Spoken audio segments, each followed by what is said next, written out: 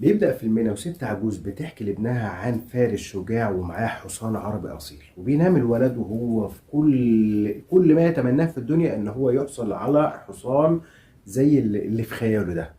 ماشي. طبعا الفترة اللي احنا بنحكي فيها الفيلم كانت فترة الاحتلال البريطاني على الهند، فطبعا كان في ظلم واستبداد كتير جدا، وكان ممنوع على الناس الغلابه في الوقت ده ان هم يركبوا الاحصنه عشان ما يبقوش زي عليه القوم يعني. تمام. كان بس اللي بيركبوه من الناس اللي هم الهنود، اللي هم طبعا الخونه، اللي هم الاغنياء والكلام ده كله، وكان بيركبوه طبعا البريطانيين والجنود البريطانيين. وفي مره الشاب بتاعنا كان واقف كان واقف بينظف الاحصنه مع الشباب زمان، وهو بينظف الحصان واحد زميله بالصدفه خبط الحصان فالحصان جري. طبعا هو حاول يسيطر على الحصان وسيطر عليه بالفعل، وكان موجود مين بقى اللي هتبقى حبيبة الشاب ده؟ دي بنت راجل من الهند، من اللي هم الأغنياء يعني. فالمهم البنت بتشوفه بتعجب بالتحكم بتاعه على الحصان والكلام ده كله. وطبعا بنشوف في اللقطة دي ان هم بدأوا يعذبوه عشان هو ركب حصان. ازاي انت فقير وتركب حصان؟ ما ينفعش عليكم تركبوا احصنة يا جماعة. وفي الحتة دي بنشوف جماعة الاحتلال وهم قابضين على ناس غلابة من قرية تانية، واخدينهم عشان يودوهم كعبيد في افريقيا. وفي اب بيقول لابنه يلا يا ابني اهرب اهرب من هنا، انا عاوزك تهرب، احنا هنستحمل لكن انت اهرب بحياتك. فالولد فعلا بيحاول يهرب، ولكن بيطلوه برصاصة، فالرصاصة ما بتجيش فيه. في اللحظة دي بيظهر مين؟ البرنس بتاعنا الزعيم. وطبعا بيخش عليهم وبيحصل بقى زي ما انتم شايفين شوية ضرب وشوية حاجات زي كده الحياة، لحد ما بيحرر الناس وبيقدر يقبض على الضابط المفتري اللي هو كان ماسك الجولة دي.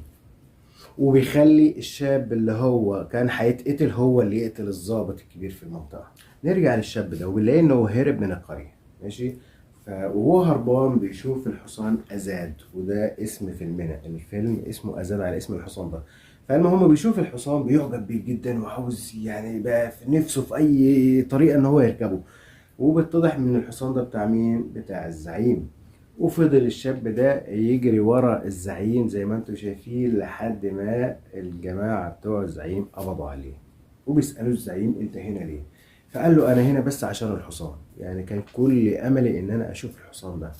فقال له طب خلاص خد الحصان اهو، لو عرفت تركبه اركبه. وزي ما انتم شايفين الولد بيحاول يركب الحصان ولكن دون جدوى. فبيقعد الشاب معاهم بالفعل وبيقول لهم دربوني، او ان انا عاوز ابقى معاكم عشان في المقاومه وكده، يعني عشان الظلم والاستبداد اللي علينا. وبالفعل بيدربوه، وبيقعد مع واحد من جنود الزعيم وبيقول له ايه حكايه الحصان ازاد ده؟ ازاي يعني هو مع الزعيم بس؟ فبيبدا يحكي له، بيقول له ان الحصان ده كان مع كان لسه مولود. ماشي. وكان صاحب الحصان الكبير واحد بريطاني، فشاف الحصان نازل هزيل شويه قام قال انا هقتله. ماشي. فجه في اللحظة ديت البطل بتاعنا الزعيم وقال له يا باشا سيب الحصان.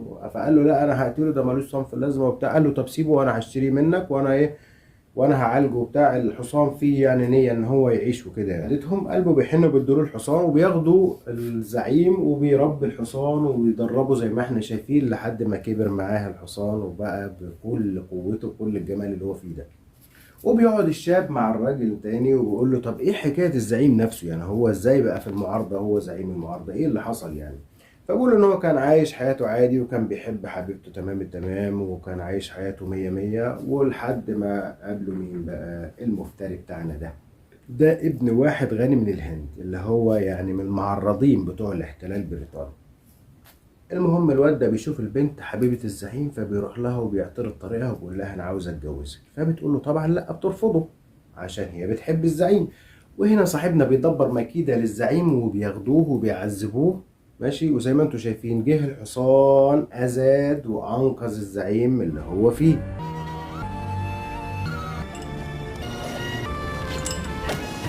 ومن اللحظة دي هرب الزعيم وخد الحصان بتاعه وبقى هو زعيم المعارضة. كل من حس بالظلم وعاوز يشترك مع الزعيم كان بيروح معاه ويحاولوا بقى ينقذوا الناس.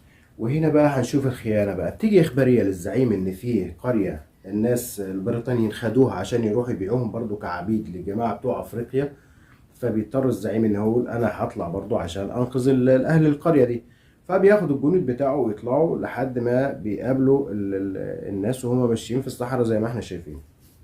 وبتضح ان هي مؤامرة، وكان احد افراد او احد جنود الزعيم نفسه كان هو اللي مدبر مع الخاين ابن الغني ده اللي هو اسمه كعبورة ده ولا اسمه ايه، كان مدبر المكيدة دي عشان يقبضوا على الزعيم ويموتوه، ويموتوا كل افراد المقاومة.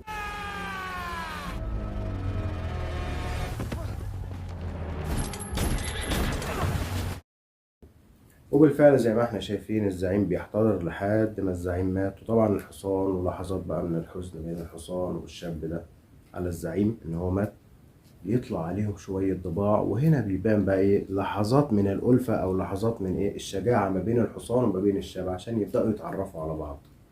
وطبعا بيتغلبوا على الضباع ديت، وبياخد الحصان، وطبعا بيولع في جثة الزعيم وبياخد الحصان بتاعه وبيمشي. وبيرجع الشاب وبياخد العمامة بتاعة الزعيم ويروح يديها لحبيبته عشان يعرفها إن هو مات. وهنا رجع الشاب على القرية بتاعته ومعاه الحصان أزاد، وفي محاولات دلوقتي إن هما يتعرفوا على بعض وإن هو يحاول يركب الحصان أزاد. وزي ما انتم شايفين لحد ما ركب الحصان والحصان اتعود عليه. طيب الحته بقى الحسيبه بقى هنا بقى، اهل القريه كان عليهم ديون كتير للراجل الغني اللي هو الهندي ده، ماشي، وللجماعه البريطانيين. فحكموا عليهم ان هم هياخدوهم كعبيد عشان يسددوا الديون اللي عليهم دي، يسفروهم افريقيا عشان يستخدموا كعبيد هناك عشان يسددوا الديون دي. وكان في مسابقه بتتعمل كل سنه للاحصنه. فالمهم الشاب ده راح عرض على الناس الاغنياء دول، قال لهم انا هخش معاكم في المسابقه، لو انا فزت يبقى انا القريه بتاعتي ايه، ما عليهاش ديون، لو انا ما فزتش خدوا القريه بتاعتي واعملوا فيها اللي انتوا عاوزينه. والناس وافقت وقالوا لهم احنا معاه، ولو ما فز لو ما فزش في المسابقه خدونا واعملوا فينا اللي انتوا عاوزينه كله، هنشتغل عبيد. وبنشوف المفتري ده بيحب الاحصنه، بس هو جنون، هو مجنون جدا يعني. فالمهم قرر ان هو يسرق الحصان، حاول يشتريه من الشاب بس الشاب مرضيش، فهو حاول ايه يسرق الحصان. وبالفعل سرق الحصان، فراح وراه الشاب بيدور على الحصان بتاعه. ازاد ازاد انا عاوز الحصان بتاعي، لحد ما مسكوه، انت جاي تسرق مننا. مسكوه زي ما انتم شايفين قعدوا يعذبوه. مين اللي جت انقذته؟ البنت اللي هي حبيته دي، اللي هي بنت الراجل الغني، اخت الواد المفتري. وقالت له ان الحصان بتاعك هما مهربينه دلوقتي على بريطانيا عشان يتدرب هناك ويرجعوه تاني لحد ما يروضوه. فطبعا خدته معاها، وزي ما انتم شايفين طلعوا على الجبال لحد ما شاف ادي الحصان قدامكم اهوت. المهم ان هو انقذ الحصان والحصان انقذه من البحر وطلعوا. وطبعا بدأت المسابقة، واهل القرية منتظرين الشاب بتاعنا، هو فين ده، احنا كده هنتحبس، ده احنا كده هنروح عبيد. المهم ان هو لسه ما جاش.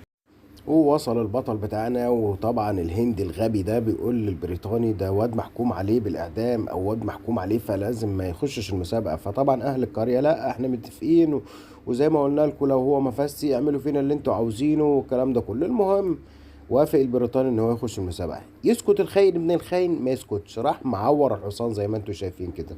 ويا عين الحصان مش قادر يمشي، فشويه حركات صعبانيه كده وبتاع. المهم الحصان قرر ان هو ايه يخش السباق، ماشي. وبدأ السباق، وتعالوا بينا نشوف اللي هيحصل ايه. وشغال السباق زي ما انتوا شايفين، وكله بيجري عشان يفوز، والخيانه برضو شغاله. والدنيا طبعا ده المفتري الاولاني، ايوه كده، لبسه في شوك، ايوه كده انت مية مية. المهم والتاني الخاين، ايوه الله ينور، هو كده الكلام. بس انت مش هتتغلب عليه برضه يعني، اكيد ده البطل هيظبطك دلوقتي. ايوه خد الكرباج لفعه، اوعى الحركه الحلوه دي، ايوه ايوه، لا تحتاج سقفه فعلا، ايوه تمام كده. طبعا يا باشا فاز، واهل القريه اتحرروا من الديون اللي عليهم والعبوديه والكلام ده كله كده تمام. وكل سنه وانتم طيبين، ما تنسوناش.